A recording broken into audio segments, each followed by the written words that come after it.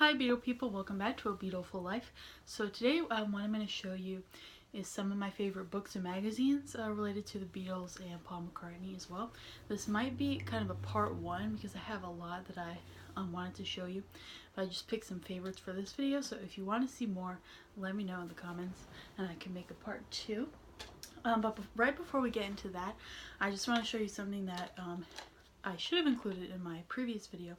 Well, technically not, because I don't keep these in that decoupage box, but this is something accessory related that I forgot to show you. So these are Beatles pins, modeled, if you will, after the cartoon series version of the Beatles. Take these out of here. I actually forgot I had these because they're like pinned over there on my bulletin board, so I forgot to include them in that video. There they are. I got these quite a while ago, maybe like 2010 or something. So they've been sitting on my bulletin board with like a pin through the hole there. Anyway, getting to this video, we're going to start with a book. This is called Love Letters to the Beatles.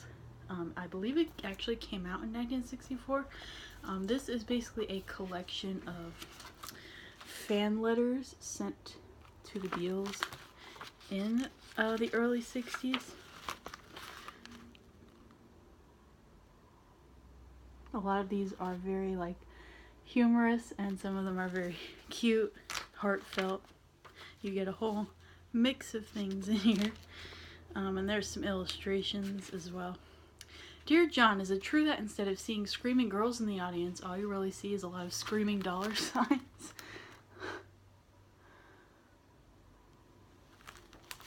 And here's the back cover. I believe I got, this is from eBay. It was a gift, but I'm pretty sure you could find it on eBay.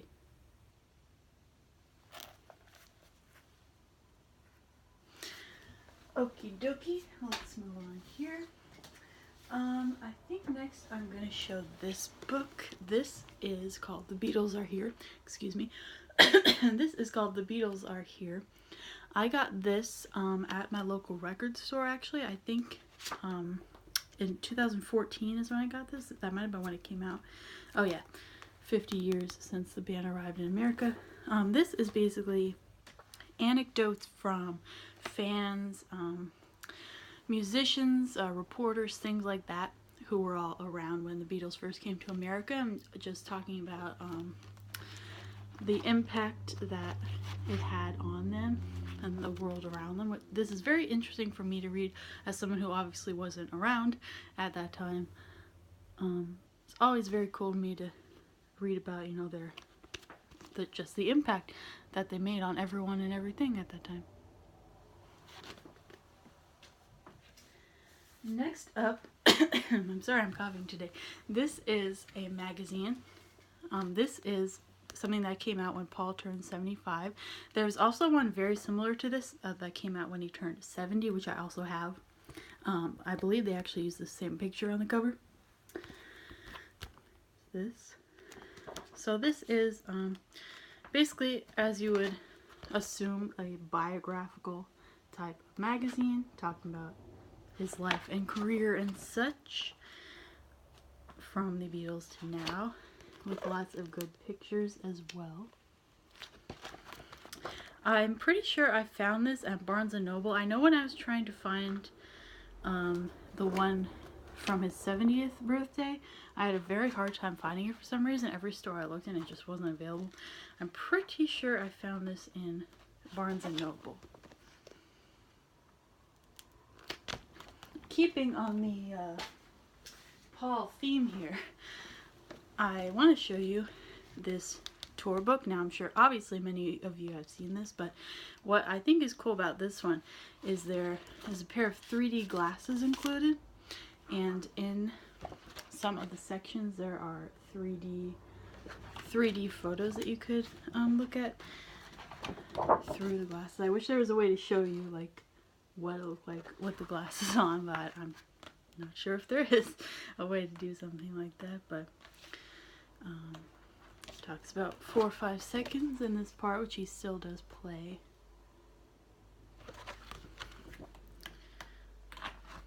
I love this photo. Of course, Live and Let Die is always one of the best parts of his shows.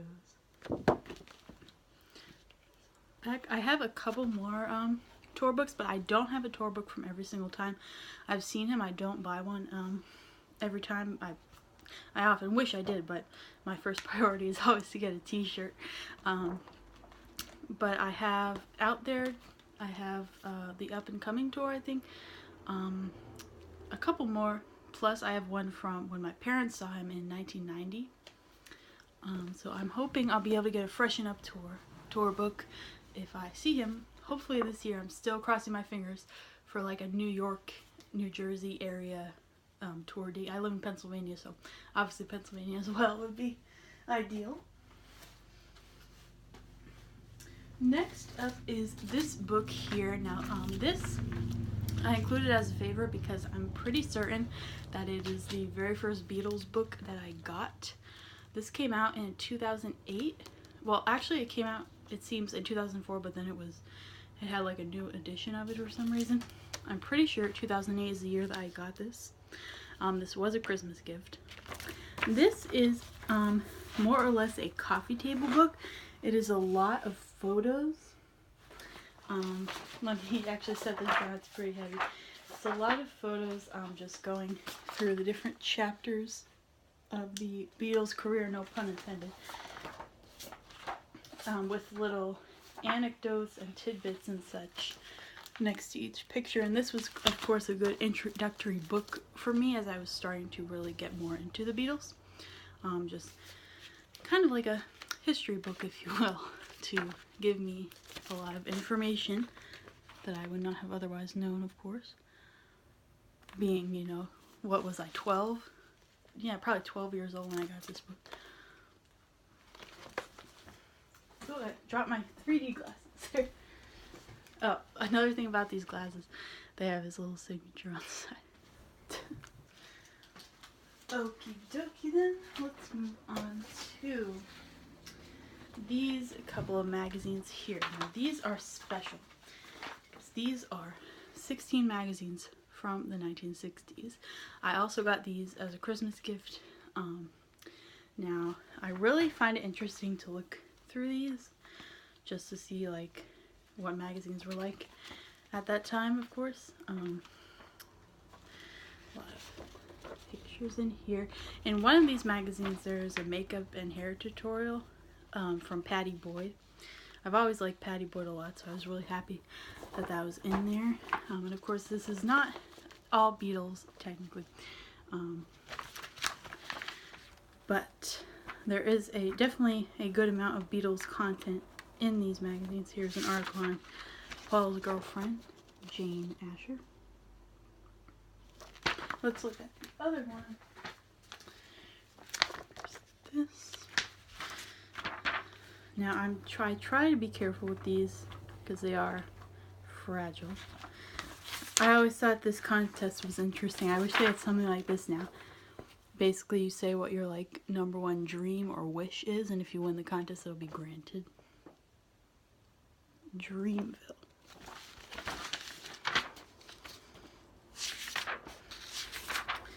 I'm trying to find the makeup and hair tutorial that I was talking about.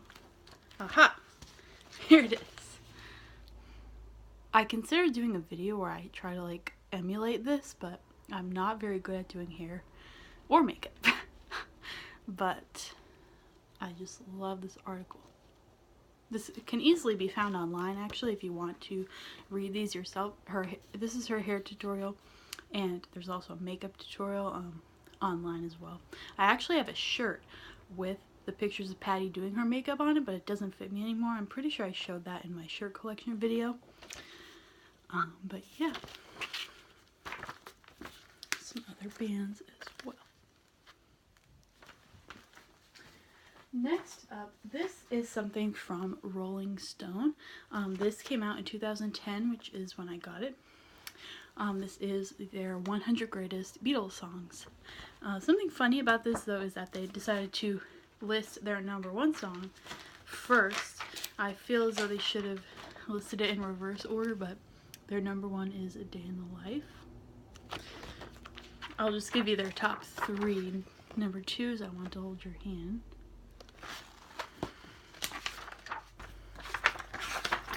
And number 3 is Strawberry Fields Forever. I might as well show you the end as well. If you're curious, number 100 is Hello Goodbye. Here's the 96 to 100. Or, 97 to 100.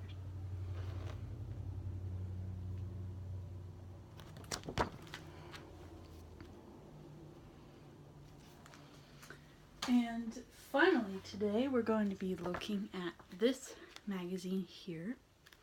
Now this magazine came out 25 years after John Lennon passed away, so that would be 2005.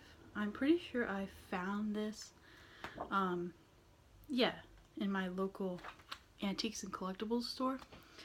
So I actually got this recently. I did not have this since it came out, unfortunately, but I think it might have been only last year that I bought this actually. But this is similar to the Paul Life magazine that I showed you in the way that it's kind of biographical. I like this page a lot. Beatles memorabilia. In the way that it's kind of biographical, all about his life and career with plenty of pictures as well. Of course, that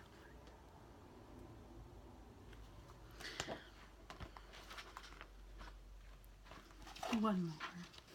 I could show all these pictures all day. I just love looking through them. Alrighty. Alright, Beatle people, that is all I have to show you for today's video. So thank you very much for watching. And if you want to see more content like this, be sure to subscribe and give this video a thumbs up. And if you'd like, check out my blog, Beatlefullife.com. I forgot to mention last time, I went to see my favorite Beatles tribute band, Rain, and I wrote a review of the show, and they actually shared it onto their Twitter page, so that gave my blog a lot of traffic, so that was cool. And it was really cool that whoever runs their page liked it enough to share it. So if you want to see that, head over to Beatlefullife.com, and follow me on Instagram if you want to, at Beatlefullife. And as always, have a beautiful day. Bye-bye.